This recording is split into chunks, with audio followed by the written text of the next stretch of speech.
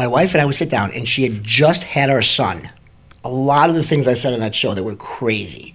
When I say, one summer I slept with 60 girls. Last year, it was 2 years ago. It was the craziest summer of my life. And she would watch the episode, and then she's like, I need to go for a walk. What's the 5 Ps? Do you remember it? Proper preparation prevents poor performance. There you go. It doesn't matter how much money we get. If we don't close, it's no money, right? So no close is no money. I'm everything that I am because of my dad's death. And I wouldn't be as successful without his death. All right, welcome to the Jason Theory, Keeping It Real. We have a incredible guest today, a top real estate agent and a TV star. I mean, star. I mean, I was on in my house. Oh, your house? Well, that's important. In my house. That I like. Vince, please give us a little bit of your bio. Tell us who you are. Okay, well, the TV show you're talking about is 100 Days of Summer. Yes. It was on Bravo Network. It was like, I think it was 2014. It was. Okay, good. 2014. Which is, a while ago. Let's just say that. 12 years ago. If you watch it, I look a little heavier. Also, this camera adds 100 pounds. I just want to point that out. Yeah, it's a special camera. It's a special camera. So that show started off as, there was a show on Bravo called Most Eligible Dallas. Okay. It was like single people in Dallas. And so they were going to do Most Eligible Chicago. So that's what the tryouts were for. Okay. And I went and I did the interview. So how did they reach out to you?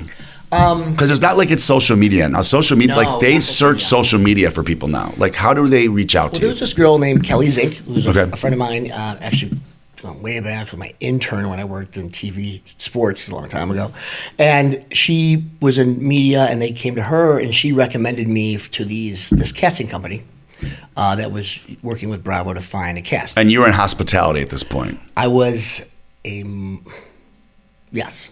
I did mortgages from 2000 to 2009. You know I stopped in 2009. And then I did hospitality promotions. I mean, just straight up club promotion for like 6-7 years. And so this is that era. And I was in my my drunken phase, basically. Yes. Just run drunk all the time. And I was working in clubs, and she said, you should go to this casting for Most Eligible Chicago. So that's how it started. It was supposed to be Most Eligible People. Okay. And they put together a cast, and we shot like a sizzle reel that they send. I know the sizzle. They send it out. Yeah, the production company sends it to Bravo. Yep. And they go, all right, guys, stay tuned. They think they're going to make a quick decision here. We'll get back to you. And like, you're waiting, not like waiting, like, holding your breath. But after like a month, 2 months, It takes a while. Forget about it. Like 18 months later. 18? They come back and go, all right, we're ready to go. And I'm like, well, in the meantime, I had met like the love of my life. And she had moved from New York to Chicago to be with me. He explains this in episode 1. In episode 1, yeah. It's on Amazon and iTunes. And I don't get any money for it, so I don't really care if you watch. So my now wife had moved to Chicago to be with me. And Bravo's or the production company said, can you go on dates? I go, I can't go on dates. I can't go on real dates with people. I have this girl who moved here to be with me. Yeah. And everyone else. Dates with her or dates with other people? Dates with other people. I'm like, no, are you crazy?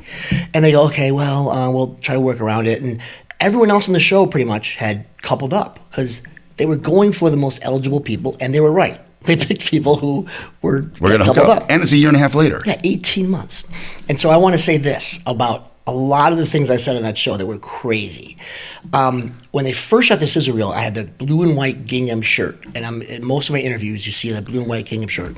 When I say, one summer I slept with 60 girls. Last year, it was 2 years ago. It was the craziest summer of my life. And because I was laughing. They said, say crazy things to the show. So that was the sizzle? That was the sizzle. And they brought it to the regular. They go, hold on to that shirt.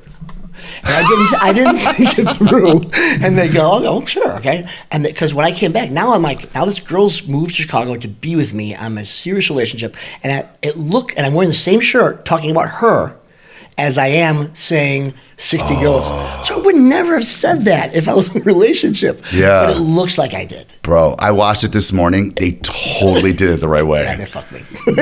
I mean, but I could have stopped it, but it's okay. Because in my mind, you had just met her, who's now your wife. Yes. Everybody. Yes. So I'm like, oh my God.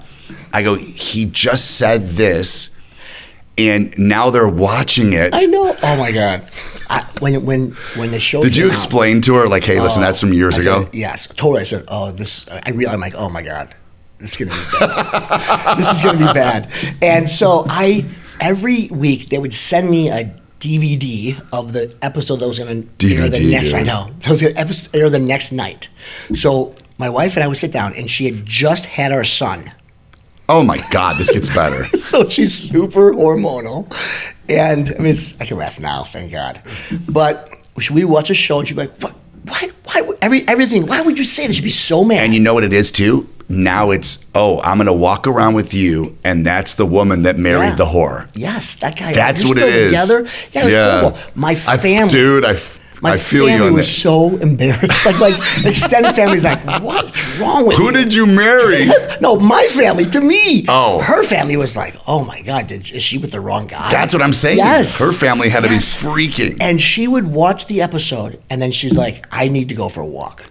And it was like February. Bro. So it's not walking weather. That's a huge strain. I know, it was. And God bless my wife, Jessica. Like, one of the greatest things about her, she's like, either I get over it or I don't. Either we move forward, and then she doesn't bring that shit up. She doesn't bring up anything from the past, which is pretty unique in my experience. You have for a woman, yeah, to not like go. Remember that one time 10 years ago? She's not like that at all. And so I got the right person for this position. But every week it was like, why would you say that? What's wrong with you? I have to go for a walk, and she'd go for a walk, and she'd come back. How old were you? I mean, this is. Upper 20s? No, I was 40. At the time? Yes, I was. You're partying like that at 40? Yes, I was at the very tail end. You're mid 50s? I'm 54. Are you 2 years older than me? You look good, dude. What are you talking about the fatness? Come on. I could do better. My wife's incredibly fit, so it's very frustrating. Why don't you have her kick your ass? I mean, I know this is not it's like an intervention. Is my wife coming in? No, I mean, I got to get together. I've been a little lazy. But like it was, I was a grown man, and but then when she got pregnant, I'm like, I got to get out of this nightclub stuff. Yeah. And so that's when I got back into it. So like I said, I did mortgages for like 10 years, and I had my own company, and so I really was involved. So it wasn't like I was a club promoter going straight into real estate. Like I had done real estate, and I had, hundreds of clients that I had from mortgages that thought, oh, this guy's a real estate guy. And they didn't go to, Cuvée or Underground and see me there. Yeah. So, they probably wouldn't have used me. So then I had like a little bit of gravitas when I came back into real estate in, God, what year was that? 15 maybe? Did Jay, who passed away, who we're talking about, who started Flats, and then you're telling me it just exploded. Oh, yeah. He was great. So Jay Michael. My sister knew him well. Yeah. And had nothing but fond things to say. He was because when we're watching the show, she's like, I see him all the time. Yeah, he was really funny, super smart, really creative. He created this whole marketing brand with his partner Alex, and they had this company Flats, and they were the first company to really focus on micro apartments, like very small living spaces but great amenities. At a time that was just kind of coming out for rental buildings, they really like. But now that's everything. That's everything. Yeah. And here's your 700 square foot 2-bedroom, 2-bath. It's for like $3,000. Yeah. And they've gone. The company since has gone national. From what I understand, to this day, Alex still gives Jay's mom a 10% cut of everything. As he should. I know, but like That's he should. That's just being a stand-up person. He's a mensch, as they say in their community. But like people, he should, but I don't know that everyone does. He's doing it. Yeah. Like, and that's, I mean, good job, Alex. Proud of you. And so, but Jay was 35 years old, had a brain tumor, and out of nowhere, and then he went through first round of treatment. And my wife and my son Luca at the time was probably like 5, and we went to go visit him in the hospital, and he was in remission. He was coming back. We're like so excited. We're gonna get together and spend time together again. We're like crying. We're so happy. And then like 2 weeks later, like he died. Like what? It was. I mean, right now, so it was rough because he was just a great person and like a real like pillar in real estate. He was a big, Who knows what he would have done? I mean, the company'd go crazy without him, and he wouldn't have held them back. But so it was a real loss for everybody. And that was the guy that I really connected with the most on that show, probably. And like Ray Austin was the guy who played for the Bears. Yeah. He's funny. On the show when we got that. He's funny on the show. He's hilarious. He's one of the funniest people you'll ever meet. He's like, I got a little bit of clout. I played for the Bears. He's great. But like, you see this guy, like when you see a strong safety in the NFL is the greatest athlete on the planet. Yeah. Like, you're fast, you're strong. It's like everything. Yeah. And that's him. And when he was mad at me and he said he's going to punch me in the face, I was like, oh my God, this is going to hurt so bad. Because I'm like, I'm not going to back down, but he's definitely going to kick my ass. Yeah. Because there's no, we had the one scene on the show when we raced on the golf course. Yes. This guy was like, he was not just state champion. When we talked about, because I was a fast track star in high school, believe it or not. When I was a senior year, I was the fastest white guy in Illinois. But I didn't make the finals. Yeah, the 200 but you're like, meters, I told you like the 50th fastest person. Yeah, maybe. But so was decent fast. But when he told me his track times, I was like, what? Holy cow. So we were goofing around the race on the golf course we ran. I mean, he ran backward past me. That's how much faster he was. But so he was great. And a lot of people in the show I did keep in touch with a little bit. But at this point, not really anybody. Tara, who was a vet, she moved to Wisconsin, but she was my veterinarian for my dogs before she moved. And she married this guy, Mark Bell, who's great. They're a great family. But other ones, I don't really see it that much anymore, yeah. What like when Jay passed, what changes? Any changes in terms of how you held yourself, how you looked at things, how you looked at your kid, your wife, like what, because the silver lining in someone dying when it's unexpected is the knowledge you gain about life itself. Yep. I mean, I know you lost your dad. Yeah. I lost my dad when I was 19, and the one thing I noticed was that when I was 19, it was just like, wait, what? Yeah, what's happening? It was lung cancer. He smoked. It was quick. And so I've never smoked a cigarette my entire life. I'm not an idiot.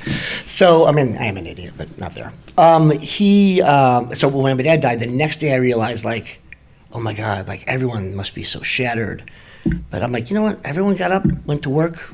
Life goes on. Life goes on. Like your life is fucked. Yeah. Like, I mean, but like, and people care, but you get one day. You get that one day to mourn and for people to really like let you know that they care about you and they care about your dad and this stuff. And then the next day, the sun comes up. People go to work, and it's a great lesson. And I know your podcast, a lot of that is like, I would be, everything I am is because my dad died. And like I get that. And then my mom died when I was 35, breast cancer. So I was an orphan, and that was a rough one. But I'll tell you what, I go to a lot of funerals. I don't know about you, but I go to, there's a funeral for someone that, even though they're not my friend, but I respect them, and I can go, I go. Because I know you get one day. Fuck, I'm like the opposite, man. I stay away. Gotta go. I can't. Yes, you can. No, I'm telling you, like I went to my aunt's funeral. My niece died. She drowned in. Oh. She was young in her spring break. Yeah. She went to save somebody that was drowning, and the guy turned around, like saved himself. Listen, it happens. Fight or flight. It's a human thing. Yeah, human thing. He's not a bad person. And that's probably that was like 20 years ago. Then my aunt. Okay, now that was different. I'm not going to tell you how to live your life. I'm just telling you that for me, I should feel. There's no true selfless act. There's no such thing. Yeah, I agree with you. I'm going there for them, but for me. For you too. Yeah, I mean, because it makes me feel good. Now, I don't enjoy it, so it's borderline selfless. And I'm not trying to say I'm great here, but it's just my thing. Like I have emboldened and increased relationships over this, which is not my intent. I'm really just there because I know what that's like and how much it means to that person. You don't remember like who didn't go, but you remember everyone who was there. Yeah, you do. You don't go, oh, that guy missed it. No, it's just like, no, that guy was there and that girl was there. And I remember that. So I go for that. Did you go to Laracy's? Holbrook? No, I was out of town. That was I couldn't go. Rough. Yeah. rough. I just saw today, actually yesterday, on Instagram. I looked at some page and said Catherine Holbrook follows this person. I was like, oh. Yeah. And I lost a friend last week. Same thing. Like I have dead people on my phone, which is it's a weird thing. Yeah. You know, it's like you want to text them sometimes. Our Our assistant passed away. Oh. 3-4 years. Yeah. Fentanyl, and I have heard it's randomly that our marketing girl has the same first name. So when I put the name in, it's her, and then it's our old assistant, and I can't. You can't delete it. I can't delete it. I know. I can't either. I have, unfortunately, a lot of dead people in my phone. So my stepfather died a couple years ago. He was 94. He had That's a great life. Fantastic life. Like he was born, and I did his eulogy at the funeral. His first memory, you'll love this. We were having dinner at Formento's about 10 years ago. I have an older stepbrother and a younger half-brother, a very complicated family. And I was talking about The Devil in the White City, the book, and it's about the World's Fair of 1897. Okay. And then they also talk a little bit about the Columbian Exposition, which was the next World's Fair in 1933 in Chicago. And I mentioned that, and my stepfather goes, I was there. And my brothers keep talking, and I go, wait, hold on a second. What did you say? Oh, sorry. I said, what did you say? He goes, I was there. You were at the 1933 World's Fair. He goes, yeah. Think of what he's seen. Oh, that's what I said. He goes, it's my first memory because my sister took me. He was 3 years old because he was born in 1930. He was 3 years old. He says, she walks me up these stairs. It's a big steel tank with water. He doesn't know what's in there.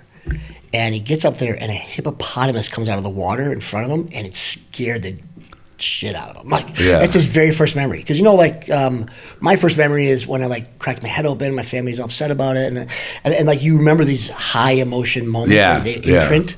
This is his first memory, 1933 World's Fair. Oh, my Lord. What he saw. And he was a great man. He was in the Air Force. Everybody served back then. 11 sisters.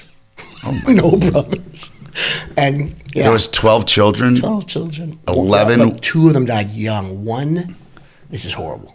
One was dropped behind a radiator in south side of Chicago. He went to Farragut High School and died from burns at a very young age. The way kids died back then. That's why they had 12 kids. Yes. Because you lost a couple. You're going to lose half of them. You're going to lose some. Yeah, but my dad's family, most of them lasted, in the 90s. Again, my stepdad, but still. He raised me. He was great. Yeah, it's a totally different time. He went to Farragut Academy, he was Jewish. They were kosher Jews. So they had 2 kitchens. But it was funny because when he raised me, he really didn't care about Judaism that much. My mother went to Catholic school. Okay. So I've always done Christmas and Hanukkah, every Yeah, where's the last name come from? Anzalone, that's from my real dad. Okay. The guy dad, and there's a whole other story, but that's a whole another podcast. And you kept his last name? Because my mom divorced him when I was 4. Okay. And then I married my stepfather. Did your stepfather end up adopting you? He wanted to. But my father is still in my life. Okay. He wasn't like he. Oh, I didn't know. He he's great. No, he's great. I saw him Okay. every weekend. We were really close. Okay, that's different. Yeah, he was great. So, Okay. Yeah. And him and my grandfather were that makes more don't sense. you change your name. You're Italian, damn it. Yeah, exactly. Anyway, so is this podcast? Am I bringing it down? No. Okay. This is really interesting. Okay, good. I just thought that was really crazy that he was born in 1930. Was at the 1933 World's Fair. Yeah, he did see a lot. Like you said, what did he see? I mean, It's crazy. My grandfather lived to 105. Oh, wow. And he was at my house. When did he die? What year did he die? Maybe 15 years ago. Okay. So, no, more. Because now... What year was he born then? 1910? No, literally. Yeah. So my son was just born, so 2 years, and then he died about 5 years afterwards. And my son's 18, so 16 years ago. So put that together. No, I'm not good at math. Me either. We're real. Not right now. That's why we're realtors. Yeah. And he's like, And we're talking, and like, I got a guy who's like 95 years old. He's been alive since basically like 1907, 1905, lived through the Depression, 2 world wars, everything. And I just looked at him and I was like, what? And it'd be interesting if you could think about this question and go back to your grandpa. Yeah. And I said, what is the one invention that changed the world the most since you've been alive? And he just sat back and he looked at me and goes, the car. Yes, that was my grandfather was born right around 1902, and that was so they're the same time. Car. I think that Model A was 1903. Yeah, he said when the car got affordable, he goes, the world got small. Yeah, well, they're on horses. They're on fucking horses. That's why if you ever read Devil in the White City, which is like in 1897, there were like dead horses in the street. They would just leave them there. And then, like, and sanitation wasn't great. Who eats them? No, like rats. Oh, You think rats are bad now? And there'd be dead dogs and dead horses and like all this smut.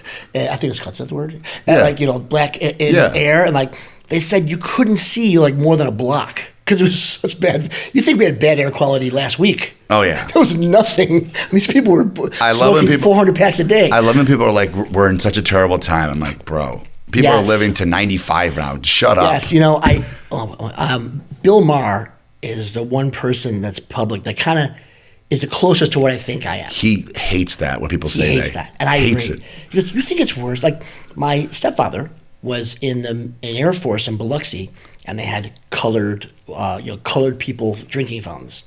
You think it's worse now? Yeah. I mean, come on. Bill Maher also brought up once. He's like 50 years ago, you took a cold shower. Yeah, they didn't have hot water. Yeah, it's the things that have gotten better. It's unbelievable. Yeah, I mean, just in my life, and my wife is 9 years younger than me, so she's not that much different. But there's some things, like some songs come up, and I'm like, I was like in high school, she was like, I was like 9 or something. It sounds pretty creepy. And one thing is when I went to India, I went to Indiana University. Okay. Can you believe our football team, by the way? Dude, you guys are like psychotic. I feel like an imposter because I never followed them because they were horrible. Then I'm like, how are we the best team in the country? Nil. Yes. What's his name? Mark Cuban. Yes. Yeah, he was a big part. And Signetti just did it perfectly. Anyway, I went to Indiana. I was the only guy in our dorm who had a word processor with like 3 lines of text. Yes. So everybody would come borrow mine. It wasn't that it was expensive. You would type, it was there, yes. and then you hit enter to make sure, you check it first. It wasn't, everyone had typewriters. I think it was a brother. It was a brother or Smith Corona, maybe. I had a brother with the 3 lines. It was like, you flipped it up. Yeah. Yeah, it was like kind of. It was green. Yes. With dot matrix. Might have been brother. And it was like 3 lines, and you could edit it, and that was unbelievable. And you press a button, it would print out. So we'd have people in my room all the time using that thing. Man, can I use it? I'm like, yeah, but I got to do my paper. So, and my wife thinks that's hilarious. And I go, and when I we didn't. So you didn't have email either. No, on the year I was leaving school, they just started. But it was inter-school email. It was just Indiana. Yep. Yeah, I mean, I didn't have a cell phone until I was 29. Oh, forget it. My son is got one 11. I know. Forget it. It's crazy. 29. One guy had a phone and he was filthy rich at my school, and his dad was an agent, and he had to have a phone, and we got stuck once in the mountains in Malibu, and his Jeep is like, hold up. It sounds like a problem. He pulled a real champagne problem. He pulled out, he pulls out this brick phone that's got to be about this big, the gray one brick. I'm like, what is that? The bag. Yeah. And he's like, dude, this is a phone. He's like, got to be quick though. It's like $3 a minute. It was crazy expensive. And he goes, it's $1.50 just to connect. It was crazy. I was like, bro, what? That was the first one. Yeah. They're cheaper now. What else? Something else that made me think of something that we're old guys talking about stuff that people probably bored to death. But there's something else that changed a lot. I can't remember. And then, I mean, when we used to write papers, you had to go to the library and the microfiche, right? Like you'd have to look up every article and you had to go to the library. Yeah. And read books. It was wild. Like you couldn't research was getting the book. It was not like Googling things. You know what's terrible now is that my son will get something from high school and it'll be like a hold this or hold that. My sons now take whatever teachers get them and they run it through ChatGPT. And then ChatGPT is like, this was written by ChatGPT. My son's like, even the teachers won't even do anything. I know. It's crazy because I have a buddy who's a principal at a school. It's like DeVry High School. Okay. It's a newer high school. Brian Naira. Hi, Brian. Great guy. He's got a master's in like English. He's super educated. Went to Dundee, Scotland. He's like the most well-read person I've ever met. And he says they have to have these programs to detect whether or not it's written by ChatGPT, because kids are just doing that all the time. And I'm sure like for a couple of years, or maybe they got away with it. Totally got away with it. Yeah, now it's like they have that stuff where it's like they Remember, know. we had to buy Cliff Notes. Cliff Notes. The kids don't know about Cliff Notes anymore. Cliff Notes were the best. It was like, if anyone doesn't know, as I tie my shoe, it was a summary of a book that you were supposed to read. Like, read the Odyssey, and you're like, no way.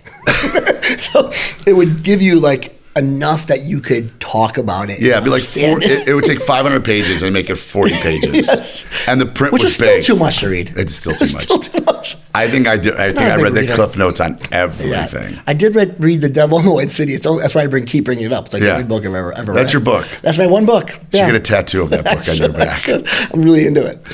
So what? Let's get into a little bit of real estate. So you're like, hey, I'm having a kid. I can't be out till 3 a.m. Yeah. I can't be 4, partying 5. 4 or 5. Hold on. So what was when you said I'm stop going out at nighttime? What were your spots? Let's go back to that. I was at Cuvée a lot. What the fuck is Cuvée? Cuvée was a nightclub at 308 West Erie. Okay. Now it's not there. It turned into something else, and then people got shot. And But all that whole area there, that's like Sound Bar. Yes. And all those bars. Yeah, just a little bit northwest of Sound Bar. Okay. And it was a 4 a.m. club, and it had a good setup. It had like in the middle, all the VIP tables, and there were 2 bars, and you could just walk around the VIP section. When did bottle service get big? Because it wasn't when I probably hung everything up in like 05, 04. Right about not right long that after time. That. Okay. Yeah, because that's when I had my mortgage broker money. Okay. And that's how I got into nightclubs, because I was spending so much money. Oh, yeah. As a mortgage guy, and I'm like, well, I do know this scene very well. And after, as my, I always tell people, I had a mortgage company in 2008. It wasn't like business slowed; it just stopped. The faucet went off. Totally. And it wasn't like, oh man, we're doing a little less. No, we went from doing lots of work to none, super quick. And I had built a life based on that income. The BMW, the big condo, and all the employees, and I was renting an office at 1030 North State. It was Arnie Morton's old office from Morton's Steakhouse. And we had That's 1030 North State. Where were you? 1050 was the business. Okay. So, Morton's was on the north end. Yes, and that was the group basement. Yes. And we were like on the 4th floor. Okay. Elevator right to Morton's from our office. How much money did you spend at Morton's? Not too much. And but things were going good. We had we had employees. I had full-time employees. I had a lot of guys working for me doing mortgages, and then it just went dark. And I had to rent out my condo. I sent my car to swapalease.com. I had 2 condos at the time that I barely held on to. I was a lot of people I knew were just foreclose, let it go. Because you were just everything was so over leveraged. Yeah, there's no equity. It was all leveraged. I was like, I'm not going to let them go. So I moved to a 1-bedroom apartment, and I just cut my costs a lot, and I held on to them. I really did. And it worked, because I moved back into one of them. What were you doing to, so how did you go from the mortgages to not making any money to holding on, obviously rebuilding? Did you go straight into, because no one did people have money then? 08 to 11, were people spending money on bottles? Yes. People always have money for alcohol. I mean, at least they did. I guess this new era, this new generation. No one drinks. Yeah. But back then, it was some people always have money. There's people who benefit from bad times. My clients made millions from 08 to 12. Yes, and a lot of guys like Don Wilson, who had a lot of money. Doogie made 5x. Bought all this real estate. Yeah. Great. I mean, the guy did some great stuff. Yeah. I mean, you got to give it to him. And I traded next to him for years. Oh, really? Yeah. Oh, DRW, monster. Wow, monster. Monster. Absolutely. I mean, that's he was the single largest trader in the world for a long time. Really? Oh, dude, if I told you the amount of if the amount of money that came through him, like on a platform, if he was a platform, billions. Wow. On a daily basis. I mean, it's crazy. Yeah. What he did. And the buildings he bought, like where Restoration Hardware is, he bought. Yeah. But he bought all of Oak Street. Viceroy, yeah, all this stuff. Yeah. So I was, like I said, the money was gone. And one of my buddies, Lonnie Rodriguez, had moved out of town. He was a promoter, moved out of town, came back. Tony and Lonnie. Yeah, were like the big promoters. Yes. And then Lonnie came back, and Tony kind of had his own thing and didn't really need Lonnie anymore. And Lonnie knew how to do promotions. Tony and Lonnie were at Funky Buddha. Yes, yeah. And they worked out with me at the old place on Clark. Yeah, where Jordan played, Pippen played. So all the traders. We were the ones filling all the seats. And Lou Canellis. Yeah, he's great. And one of those two had the blonde hair. Was tall, thin, slender guy. That was Tony. Tony's a little shorter. Lonnie's real handsome. Puerto Rican guy. Yes, yeah. And so Lonnie came back and goes, look, I know how to do this promotion stuff, but I haven't been here for a while, and you know everyone.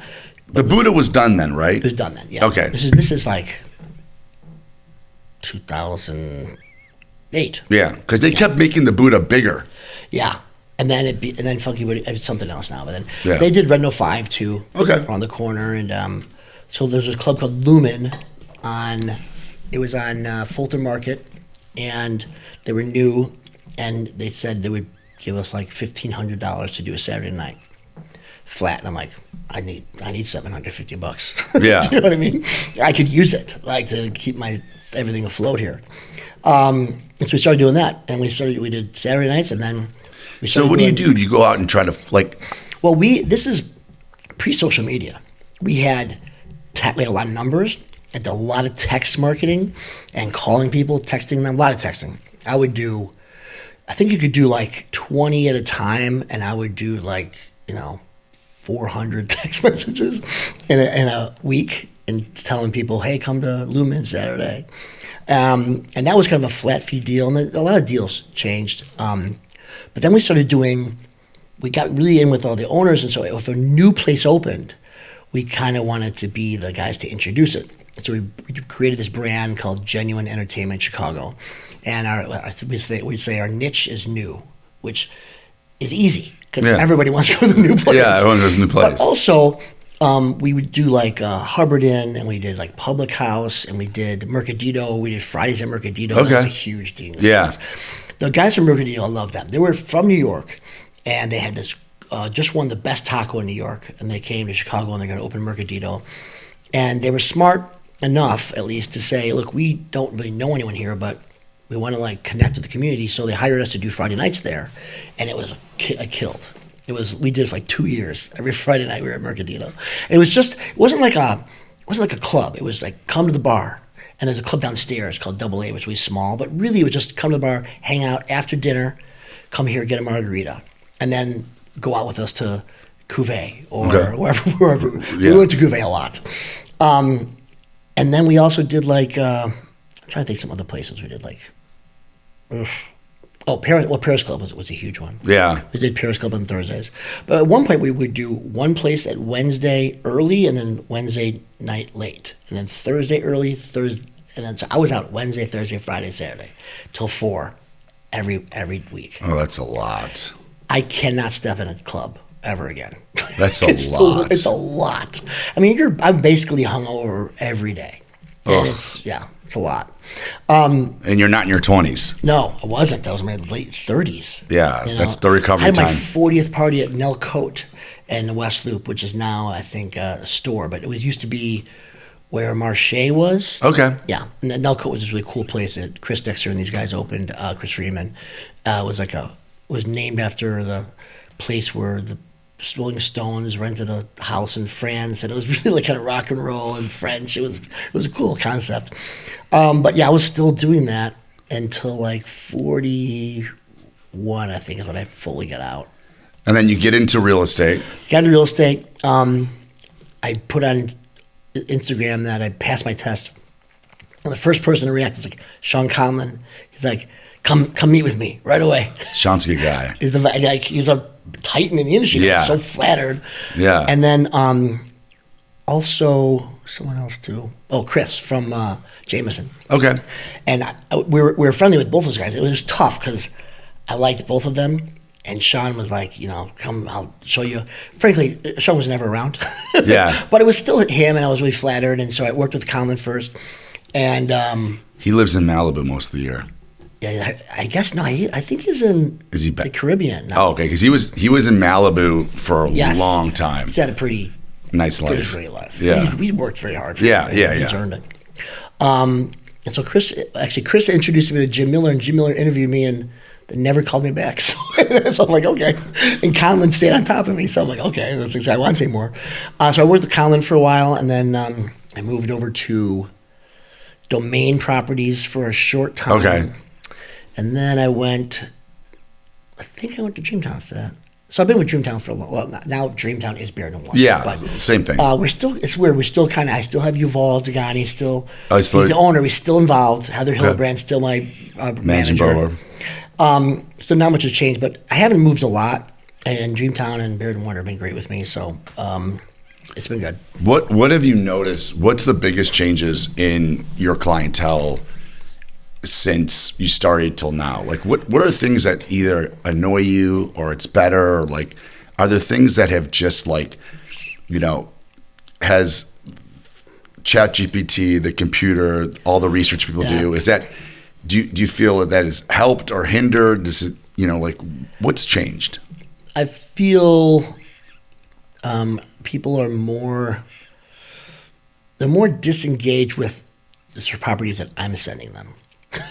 You know what I mean? Like I use Zenlist. Yeah. I don't know if you use Zenlist. I do.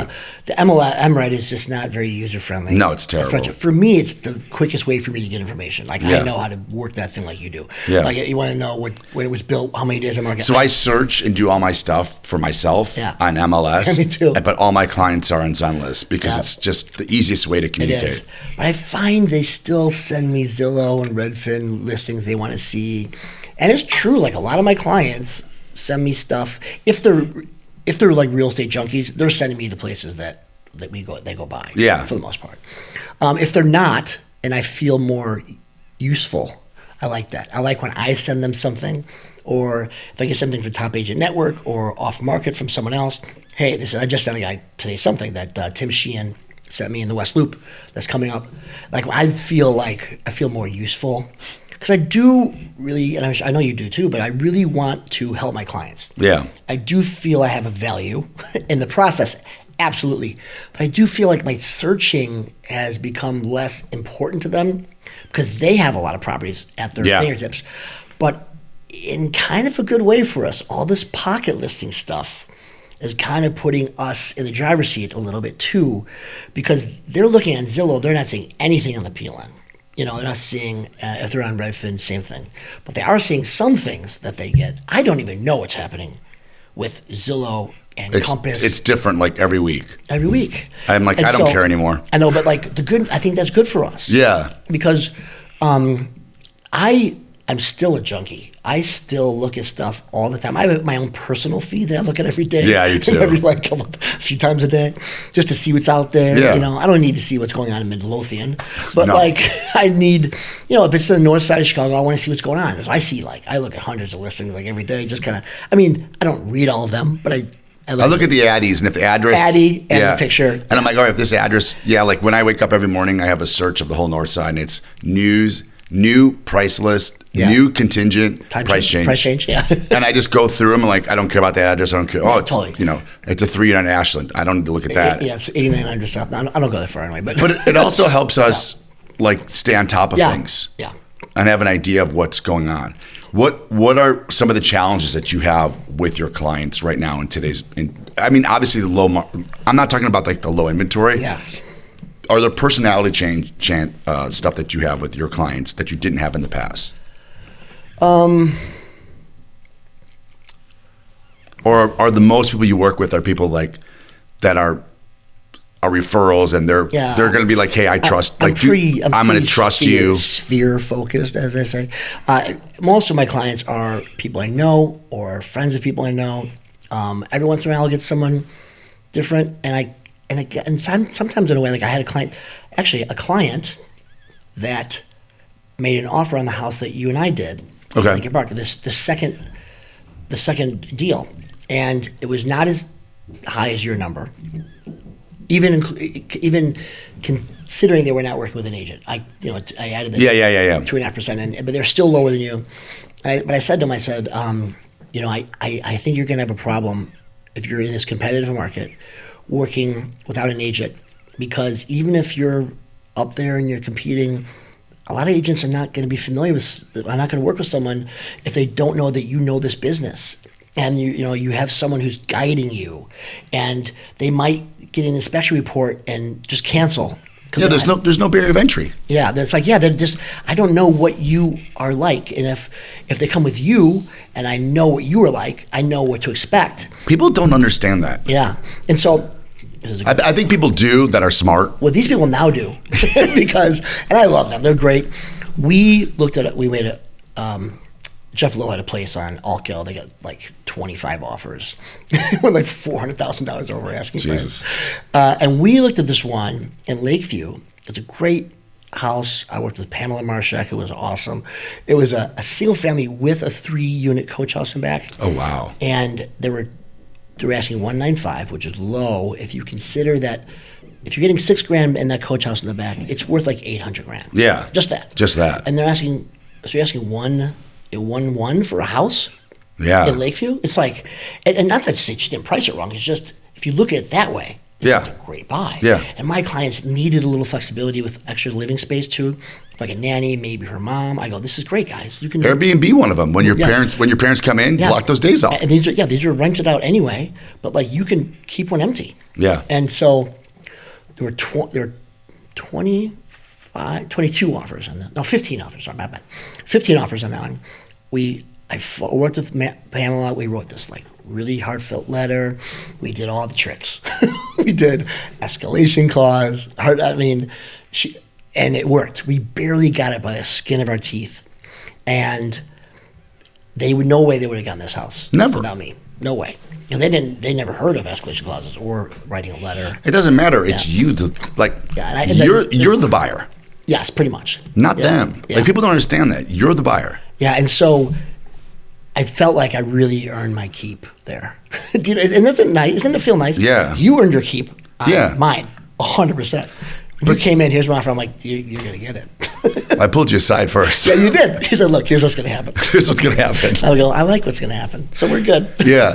I mean, people don't understand that. And I think that's the biggest change, I think, in our industry over the last 3 years. And it could be from the low inventory.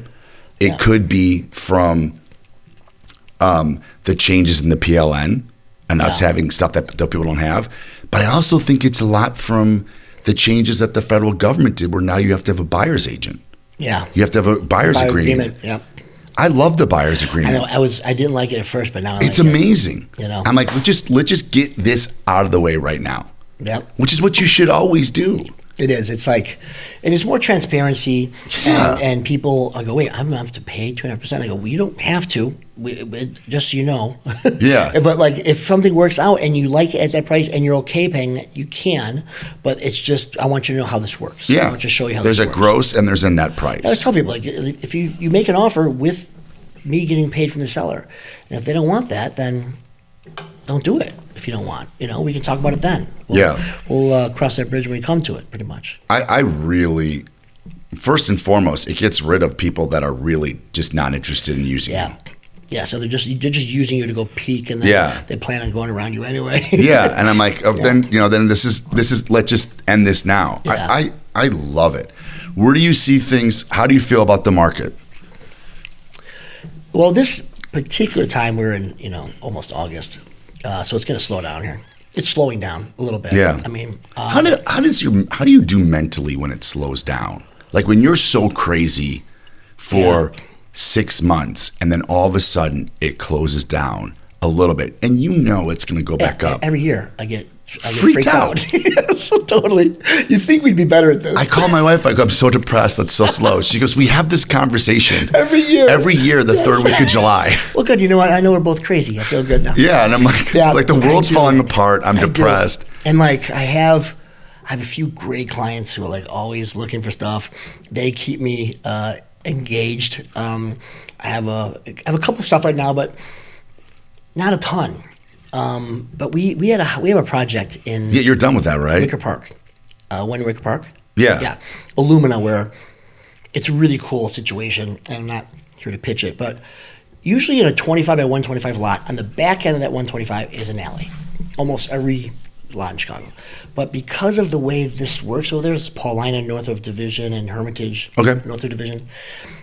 At the back of Paulina is Hermitage, so there's another street on the back and not an alley. So what we did is we took these 6 lots that were vacant for 50, 60 years, and everybody wanted to do a multi-unit there, and the alderman's like, give me 20%, affordable. And then that developer's like, no, that kills it.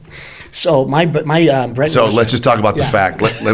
I've had numerous podcasts on it. So instead of getting affordable housing, not affordable, let's say instead of getting 2 bedrooms, 1 bedroom to 3 bedrooms, and providing more housing. Now the alderman killed it. Yes. So now we're getting $4.5 million houses. 6,500. Okay, I want to say that right now. So it's not working. So the developer, it's not working the way they wanted. That's why we don't have houses. Yeah. So the developer wanted to provide liquidity. Tons of developers. Yep. Every developer wanted to do. No one wants to build 40 units. No one wants to build $4.5 million homes. Now we're doing 1/10 of that. Yeah. Anyways, go on. So we took 6 lots. Now I say we. I mean, I didn't. I'm part of it, but really, you could say we. I've been from the beginning. Yeah. Brent Norseman is a fantastic architect. We sat down. He goes, "Do you think we could get $4 million for a house here?" I go, "Well, how long ago?" About a couple of years ago. I said, that's a fucking, I was crazy, right? Tall fucking order. And I said, okay, Vince, because I sometimes can overprice stuff. Because you're not north of North Avenue. That's it. And I said, okay, north of North Avenue, Avenue all day. And I said, okay, but I lived in Wicker Park for 15 years. Yeah. At Division and Wolcott, right in the middle. Okay. And I liked it better. I preferred Division Street to North Avenue for sure. All day. And so I said, why it's isn't the school. It's a school too, but also there never had been a house of that quality. Dude, when you first posted those, I was like, what the fuck? Is he fucking nuts? Your sister called me yesterday to look at it. We have a buyer. I know. I had two full price offers. I know. F449,500. The first buyer who paid $4 million backed out and wanted to go to Lakeview, and so Brent's going to build them a house up there. We said, let's just raise it $400,000 and see what happens. 2 buyers. Crazy. So north of North Avenue, again, that would sell easily. In south, and I looked at everything that had sold for the last 8 years. At some point, you're going back so far, the values don't make sense. Yeah. But there had never been a house of this quality, not even close. There was one that Ryan Pruitt sold on Wolcott, which was actually Kelly, the girl I brought up early, Kelly Zink, her husband Alex and her had this house. They took a 3-flat with a side lot. You saw it? I had a buyer for it. Yeah. Awesome house. They had a slide that goes downstairs. Yes. Brian maybe put the slide. The problem was they had a side yard, but there was no alley in back, so the driveway took up the whole side yard. Yeah. Which was, super cool house, but it was a little funky here and there. Yeah. Awesome. But that's probably the highest sale since. And that was like 2.7. I'm like, I'm gonna ask 4. And so I go, bro. I know this is crazy, but I think if you're building these houses, these 6,500 square foot houses, also the lots are 72 by 64. Yeah, they're wide. It's a lot and a half. It is, but it's more of a square. Yeah, you get better floor plan. It's a suburban feel, which no one has. Everyone's on the shotgun, or the hot dog hallway, whatever you want to call it. Yeah. And so that really turned people's heads, and we put the pools in there, the 4-foot plunge pools in there. But when you 2 years ago to say you think you can get $4 million, I mean, like you're talking about. I was nervous that I was. You'd be nervous. These guys are putting a lot of money. They're paying $4 million for the land. It's on you, and it's on me now to sell that that no one's ever done. And I'm like, People don't understand that. And I'm like, guys, we need a catch. We need like an image. We need a name. We need a brand. We can't just go addresses. Yeah. Addresses are cool, like 1222 North Paulina, 1224. But like, what is that? So I said, I worked with Gintare, this girl in my team, who is a really great design eye. And she worked on a name, and she came up with Illumina, which is like a word that never really existed. Illuminati. But you get, it's kind of like that.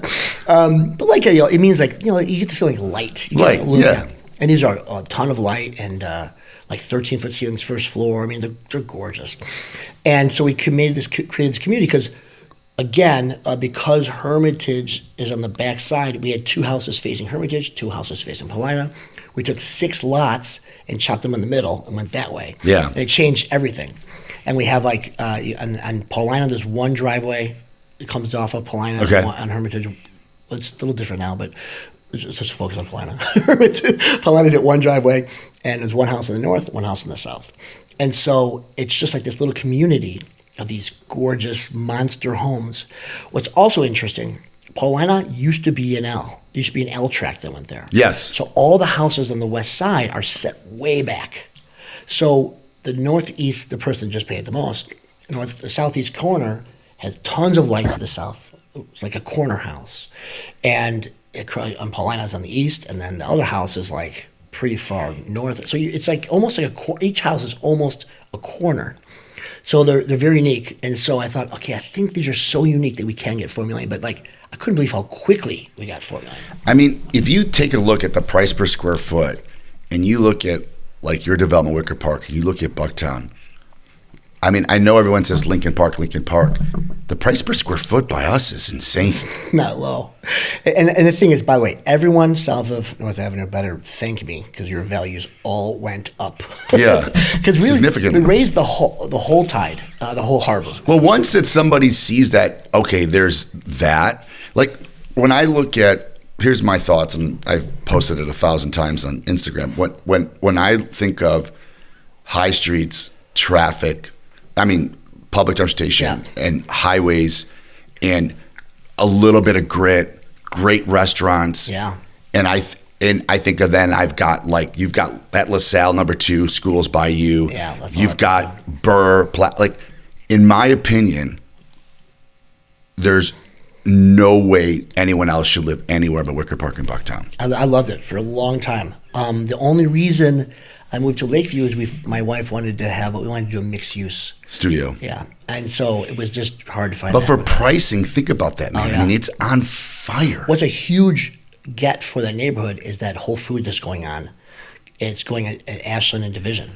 Yes. MB, they're putting a Whole Foods there. That's huge for that neighborhood. And a big selling point for us at Illumina, saying, look, 2 blocks east of you is Whole Foods. Yeah. 1/2 block south is Division. 1/2 block north is Milwaukee. This is like A+. And that Milwaukee just dumps right in North Ave. Yeah. Or you take the side streets. Yeah, it's perfect. Think about all the restaurants in Chicago. Take downtown, the most expensive restaurants everywhere.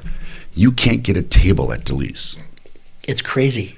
I mean, and that's 150 to 2 anywhere. But I mean, that's like 200 a person. I know. It's great, by the way. I've been like 4 times. I go there. That bread? I go nonstop. That bread? Is ridiculous. It's unbelievable. I think $7 for bread. I'm like, I'll have 10. I'm so happy for that guy. I don't know that guy, but like... He lives at One Chicago, and I bumped into him. It's like a group of dudes, and I was telling my friend how much I loved the restaurant because they had just opened. He called him up in his apartment. The guy came down and introduced himself. Oh. But I'm there all the time. I did a review for Deleuze on my Instagram. I had like 60,000 stuff. I mean, like, dude, that restaurant... but that restaurant could only survive in Bucktown and Wicker Park. It's a step up for that neighborhood because there's been some really nice restaurants there, but that's like a steakhouse. That's the only one I can think of. That's a downtown steakhouse. It's a River North, yeah. And it's thriving here. And like over on Western, Boof House is awesome too. Where's that? On Western, just north of Augusta, it's got the abstract cow drawing. It's called Boof House. It's good? It's very good.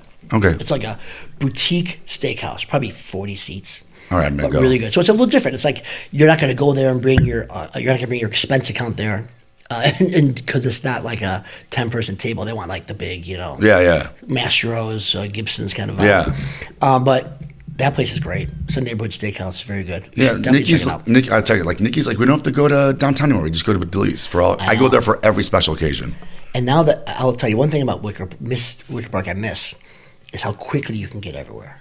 Oh, dude. Now that I'm in Lakeview, it's a nightmare. I've been like 10 minutes late. I apologize. I've been 10 minutes late to everything for a year. Yeah. Because I'm always like, West Loop, I'll be there in like, 15 How far minutes. east are you? I'm at Lincoln and Belmont. Oh, you're not that far east. No. But I'm also like far from the expressway and far from Lakeshore Drive. We lived in Roscoe Village for about 7 years. We talk about it all the time. We're like, man, by the time we got down to Diversey or Fullerton to 90, she goes, now by the time we got to the highway, she goes, now I'm already in Glenview at my mom's house. Yeah. Everything is set up. But for I do like it. But yeah, when I meet my friends in like River North or West Loop is far from Lakeview. West Loop's far from everywhere. I know, but I. How about when they open up the casino? How are you going to get there? Wicker Park though. Wicker Park is shoot down Ashland, boom. Yeah. But like for me now, Lakeview is like 25 minutes. Yeah, that's a night out. That's like an excursion. Yeah. And they go to like Adelina Prime, which is great. You've been there? Yes. It's great. And so, where else did I go to recently? I love restaurants. I'm not a restaurant guy. I know you're not. I mean, you eat for fuel. I eat for fun. So tell me your favorite 3 restaurants right now. Well, Arla is the old Fred's at Barney's. Okay. On the top floor of that building at Oak and Rush. Oak and Rush. Okay. So it's Arla. Am I getting that right? Yes, because there's a new one called Naya I haven't been to. But Arla is the Adelina guys. Okay. And it's Japanese and Mediterranean, which are my 2 favorite cuisines. And they do it, and the chef does both, in my opinion, very well. Does he mix them or there's separate entrees? A little bit of both. Okay. There's definitely like, you can do sushi, and then you can do like baba ganoush. which for me is great. It's a beautiful restaurant. It's going to be really sceney. On the top of Barney's? Top of the old Barney's building. I miss Barney's. That's one. God, you don't miss it. Oh God, I miss that. Store. You miss Barney's. I'm gonna edit that. I'm gonna Gold Coast guy. I was a Gold Coast guy for a long time. I'm gonna edit that. I used to live at 98. I used to live at like 1200 Lakeshore Drive and work at 980 Michigan. So I was there all the time. Oh my God. So Arla's great. What else? I still like this hog saw place on Armitage Ale House. Yeah, it's great. It's good. It's hard to get. I mean, like it's heavy, but like. The lamb is there, the pot pie. I had 2 English friends with me the first time I had the pot pie. It was great. Out of this Fish world. and chips, unbelievable. I had one guy from Bath, England, one guy from Cheshire, England, and we went there, and they said, this is the best English food I've ever had in my life at Armitage Ale House. How was the fish and chips? I love great, fish and dude. chips. Is it 2 pieces of fish? Is it heavy or is it just one little skimpy shit? No, they do good portions. Okay. You need a nap after that. Okay. What else do I really like? I haven't been to Naya yet. I hear great things about that. The one below Chicago Cut. Yeah. I'm going there like in a couple of weeks. It's cool. My buddy's going to pull his boat up. We're going to get up and they can serve you dinner on the boat, but we're going to go inside and sit down. That sounds like the second season of 100 Days of Summer. Here he comes. We're going to do that coming up. What else? I keep a list of restaurants. Really? Yes. And I try to get to you can't get to all of them. You know Tommy Choi, of course. Yeah. He is really like a real foodie. Yeah. And he's talked about this place, Creepy's, that's in West Loop. It's a French place. It's like a play on the word crepes. Okay. And I'm really excited to go to that one. I have not been there. But the place we love probably the most is Etoko up in our neighborhood. It's a little Japanese place from the guy who did Momotaro. I think it's Gene Cato. Boca Restaurant, Rob Katz. Okay.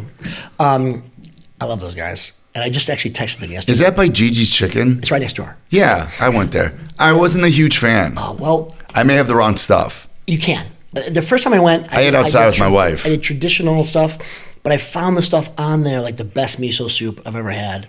My son gets the katsu don. We have expensive food bills. And I call, I put it online, and in 20 minutes I can pick up my dinner. And it's fast, and it's like $2. You don't eat there? No, I bring it home.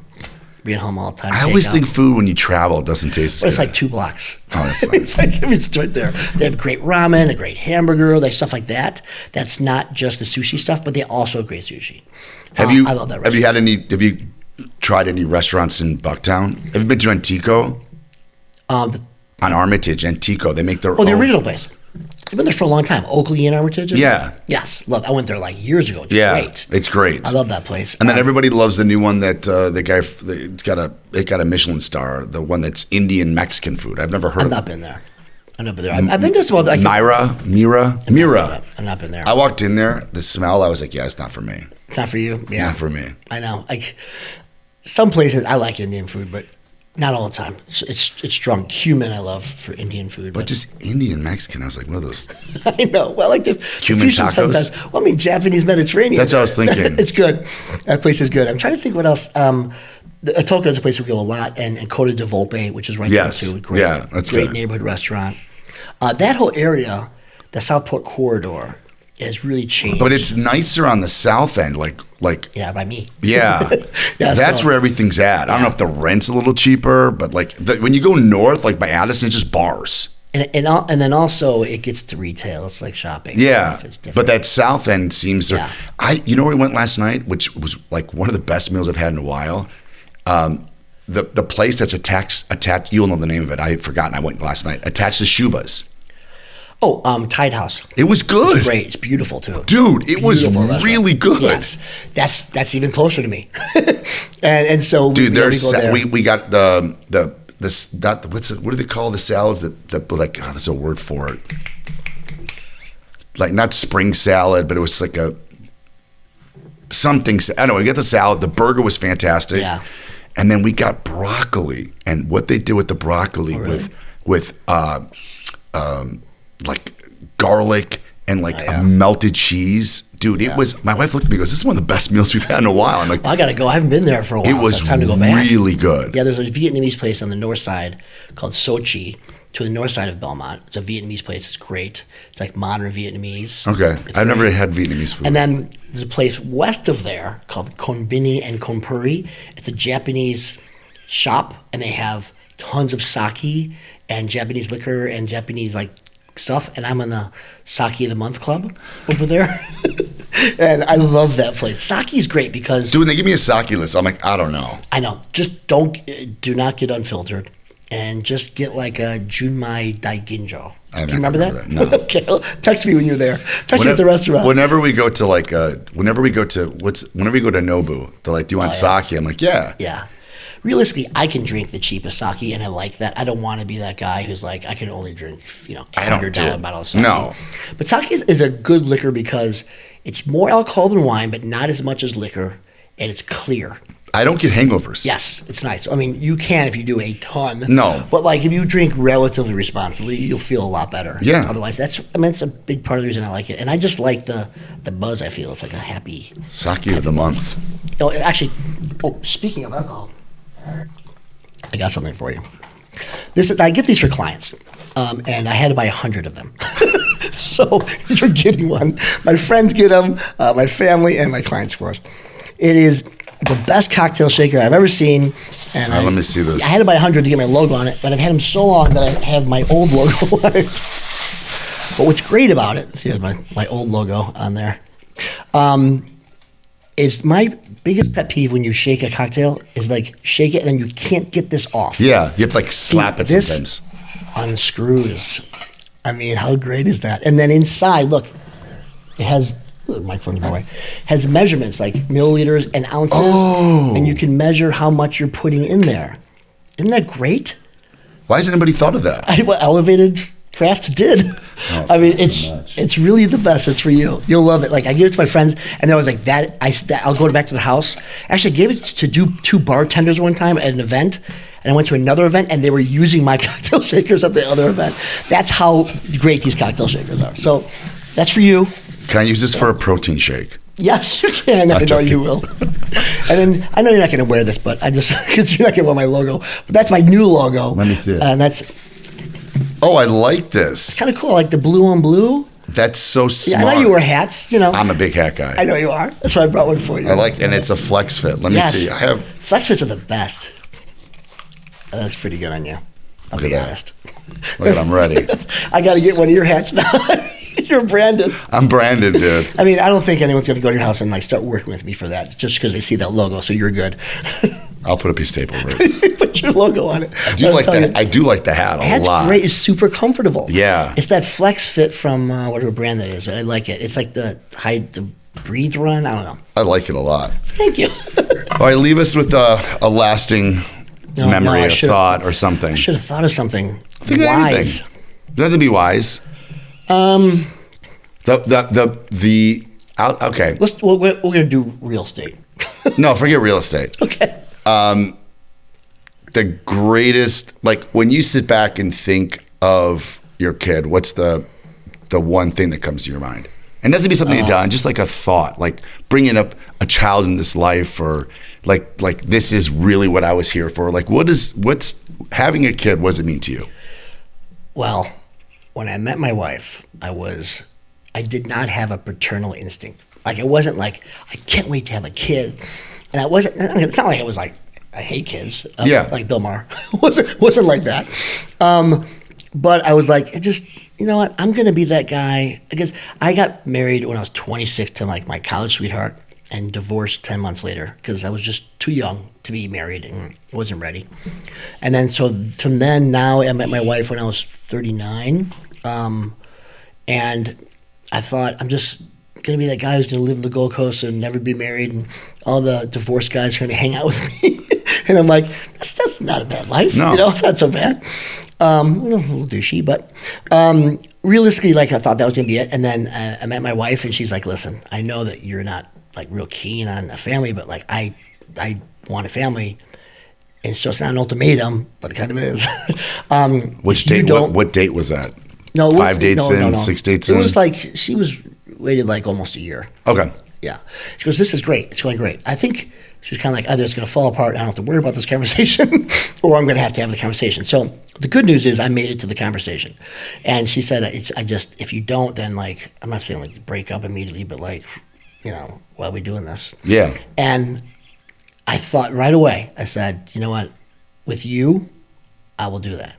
I'm willing to do that, and I'm excited to do that. But I hadn't felt that. It took Jessica to come in my life. Also, she had a lot of experience as a nanny, because I have no experience raising kids. I always say if like my wife died during labor, I would not know kids can't have solid food. I would have probably given them steak. Like you would have figured it out. I mean, I would have figured it out. God, I hope. Cavemen do. I know, but that's why they had 10 kids, because they fucked up the first couple. Yeah. I didn't have that luxury. What a horrible thing. So when I had my son, it ended up being like the only thing that matters. Yeah. It's this thing that I didn't think I wanted. Now it's all that matters. It's providing for him, taking care of him, raising him right, and then leaving him as good of a situation as possible. Yeah. So when you pass, he's ready to go. Yeah, he is a great kid. He is a really sweet. His mom was able to get her sweetness and her gentleness in there, even though he has my little recklessness in him. And he's 12 years old and he's 5'9". Oh, he's tall as hell. Yes, he's suspiciously tall, Jason. Yes. Suspiciously tall. What color are his eyes? Not the right ones. No, he's definitely mine, I think. Ancestry. They make a test for that. Find this out later. No, he's a great kid. He's definitely looks. It's like, why don't you go to the doctor for a second? Just don't tell your mom. Exactly. Spit in this cup. Yeah. Let me cut your hair. Yeah, exactly. That's awesome. They become your world. It is. I know you're super involved in your kids. Yeah. And your kids are really into sports. Yeah. My son just wasn't until just recently. And do you know Joe Summers? He works for U.S. Bank now, but he's been a mortgage guy forever. Okay. He's a really good basketball player. He has 2 kids, well, 3 kids, but 2 boys. And one is 16 or 15, and my son is now taking private basketball lessons with his son. That's so awesome. Because he's behind in basketball skills, and he wants to travel for the team next year, which is so exciting for me because I love basketball. And I'm excited that he's into sports now, but I couldn't really get him into it before. He liked jiu-jitsu, but he didn't want to play soccer. He wanted to tackle. He likes that. He likes wrestling and stuff, but there's not any good wrestling programs, unfortunately, unless I go to Notre Dame, which is like a real schlep on a regular basis.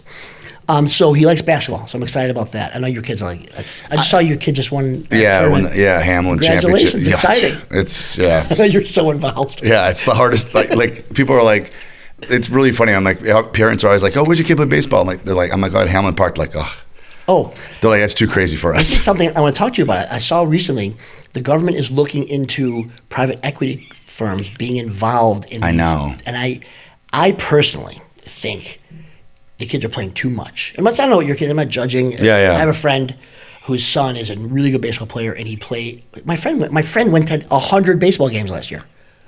100. That's too much. Yes. And I said, these kids, they can't play this much. Also, it's just too much. You're going to wear them out. And it's not like you have to do this. They make it seem like that, but it's just so these people can make money. Yeah. So it's for the organizers. Private equity in sports is going to be a problem. I mean, it's destroying professional sports.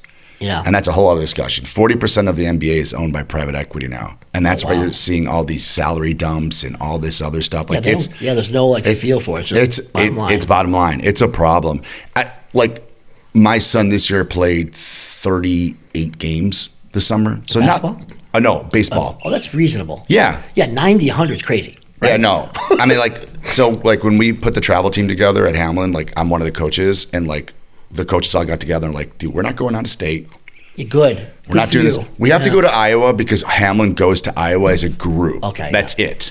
I'm like, I'm not doing this. I'm like, he's 9 years old. I said, there is enough baseball to be played within 20 miles. 20 games. But there's 20 miles. Yeah. I can, we can't play the city anymore because the competition just not great. Yeah. So we do go to Palatine. That's about as far as we go. Yeah. Palatine, this, that, but it's all about development, and man, you got to make sure they're having fun. Yeah, dude, I'm telling you, make sure they're having fun because once the fun is gone in a kid, it's like now it's work. Mm-hmm. And he's 12, right? 12. Yeah. 12, 13, 14 are the big years. I know, and so those are the big years, he's behind man. in basketball understanding, and so. I think there's a B team. He goes to St. Alphonsus. Okay. There's a B team there, and I think it's kind of like what he's hoping for. So he just wants to play and not have to worry about winning, and he just wants to. Yeah. So I have. So he has the right outlook. I hope. Yeah, I have an 18-year-old. So out of all of our friends, but I'll tell you, this is a really good piece of advice. All of our friends that are younger, that James's age, that are 9. Almost all of them, that's their first kid. Yeah. They're young parents. They're mid-30s. I'm 52. I have an 18-year-old that's gone through the whole process. Yeah. And they're all like, oh, the A team, the B team, the C team.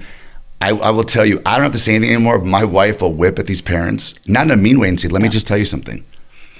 Lee's year, he's 18. When Lee joined Elite at 13, he was on the C team.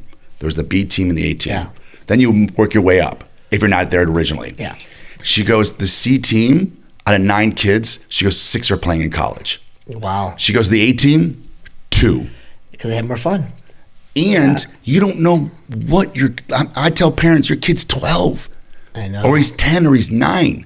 He's going to have 17 iterations of himself in the next 10 years. Oh, I know. My son has changed so much in the last 3 months. Dude, and hoops, just learn how, if he's got, just dribble. Yeah. Just fucking dribble. That's what Joe Summer said. Just dribble. Yeah. My 15-year-old that plays at Lane, when he was 3-4 years old, went up and down the house dribbling. And my wife's like, the basketball, I go, don't touch it.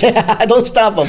Do you go to those quiet dribble balls? They work. We have a black, soft, quiet. Yes, it does work. It works. It works. Those, yeah. It's not as good, but man, it works. And then get him dribble up. What's that? Dribble up this is not a commercial for dribble up. Is this a Facebook ad I saw? Probably. It's a yellow ball. You put it on an iPad. Yes, I saw it. And you do this, and it counts your dribbles. And it basically takes all the people dribbling around the nation and let your son know where they rank and how many dribbles they've done that day. Oh, my God. My kid sat there, but my kid you got to be passionate. Yeah. Right? Especially now, 12, 13, 14. But man, tell him no matter what team he makes, it does not matter. Yeah. And if the coach says to you, I had this conversation with another parent last night at 11 or 12 or 13, I wouldn't say about 10 years old, the head coach of our travel team, who I love at Play Hard, said, hey, do you want your kid to get 10 to 15 minutes on the A team, or do you want him to run the B team? Run the B team. Yeah, for sure. Because him being on the A team is just me wanting to clout. It's not about me. No, it's not about the parent being like, oh, my kid's on this, or no, he needs to play. And so he'll be like a leader and be. Yes. If you're actually playing, yes, you just got to play. Because only 5 guys can play at a time. That's it. So many parents are so obsessed about what level their kid's playing in their travel sport or in whatever it is. It does not matter. Yeah. Just play. Exactly. It's a game. Just play. Yeah. And make sure your kid never measures himself and says, oh, this person's this person. Everybody's different. Mm-hmm. Everybody changes at a different time. I was 5'3" as a freshman. I was 6 foot as a sophomore. What? That's a huge difference. I would cry every night in bed. Because you're hurting. I was in so much pain growing. God. Everybody grows differently. Yeah. Just learn. You're like Scottie Pippen and Dennis Rodman. Yeah. They grew like 7'8" inches in college. Yeah. David Robinson. Oh, really? Went in went to in the Navy. Navy, 6'3" and left 6'10". Ended up 7'1". Yeah. You just have to play. There's just too much. There's way too much stuff emphasized on that, and that's like, and no kids care about that. It's the parents that chirp to their kids. Yeah. And I'll tell you my last piece of advice to everyone. And it took me about 3 years to unwind from this terrible act I did. But one time he got, not cut, but he got demoted when he was really young, like in 4th grade, from the A to the B team. And I put it on the program and not on my son. And I'm not saying, and I want to be specific about that, never be like, it's that person's fault. Be like, what can you do to be better? Yeah. Biggest mistake I ever made. Because then for 3 years, he was a victim. Yeah. And that's a mentality we have in our country right now. And I'm like, oh my God, I made him a victim. Yeah. And it takes like 2 years to get out of that victim mentality and be like, no. Especially when you see it everywhere else. Yeah. Too, it's really tough. Yeah. Don't make your kid a victim. I am nobody's victim. I mean. But just don't make your kid a victim. It's very easy because you want to protect your kid. Yeah. And victimhood is the easiest. That's why it's so amazing, and that's why they use it. It's brilliant. It is. It's not your fault. You're perfect. Victimhood is so perfect of a movement. I'm not like that. I'm like, you know what? I'm like, suck it up. Yeah. That's my favorite thing to say to my kid when he's crying. I'm like, listen, suck it up. You're going to be okay. There's since you got me something, I'm going to get you something. I'm going to get you something to put and I have it. And next time I see you, I'll give it to you. I'll drop it off to your office. But there's a quote from Jerry Rice that hangs in my gym and my kid has on his nightstands. Yeah. And it says, I do what others don't want to do so then I can do what others can't do. Oh, that's awesome. That's our generation. Yes, that's our generation. That's like all it's those up to you. Inspirational speeches. Yeah. The hawk flying or an eagle or whatever it is. It's a Jerry Rice quote. It's the best quote. I gave it to every single player after our season was over at travel. That's great. And I was like, it's up to you who you want to be as a player. That's it. I one time peed in a urinal next to Jerry Rice. He's the greatest football player ever. I know. My closest to greatness, I think. You didn't give him a hug with your pants down? No, I didn't. No. Did you take a peek? You probably did. I was like, a little curious, but. I mean, you can say he might be the best NFL player of all time. He's in the argument. For sure. I mean, more of a Walter Payton guy because I'm biased. Yeah, I mean. But Jerry Rice is up there. Yeah. Definitely in the argument. When you look at the records, he's like Wayne Gretzky. This is years ago. I was dating a girl who was friends with Warren Moon's girlfriend. Okay. Warren Moon had this all-star bowling tournament in Vegas. And we went to Vegas with Warren Moon in Vegas. Like everywhere he walks, they just move out of the way. Guy's 6'5". He's like handsome. He's big. He's like, it's Warren Moon. Like, yeah. You see him like, that's Warren Moon. And we went to this thing. It was Jerry Rice, Steve Young, Ed Too Tall Jones was there, Clyde Drexler, like these incredible athletes. We were just hanging around because I was like with Warren's group. We hung out with these guys. It was incredible. Like Steve Young is my size. No bigger than me. And that guy is a Hall of Fame quarterback. And the runs he's done, it's unbelievable. Yeah. Like you see these guys, like Steve Young, that's Steve Young. That's a normal looking guy. They can process and they can process. Yeah. That was one of the coolest sports. They process. Yeah. All right, we're over time. We're done. We're done. No, Sorry. I can talk forever. Yeah, so I can too. For hours. It's a 5-hour talk, like Joe Rogan style. All right, thank you so much, Vince. I appreciate the time. I had a blast. We'll be dropping this in it's July, right? Yes, it is still July 20th. First week of August, and that's that. Appreciate it. Don't forget to subscribe, download, and we'll see you soon. Thanks again, Vince. One more thing. Yes. Go to funerals. Yes. Go to funerals. Go to funerals. Thanks so much.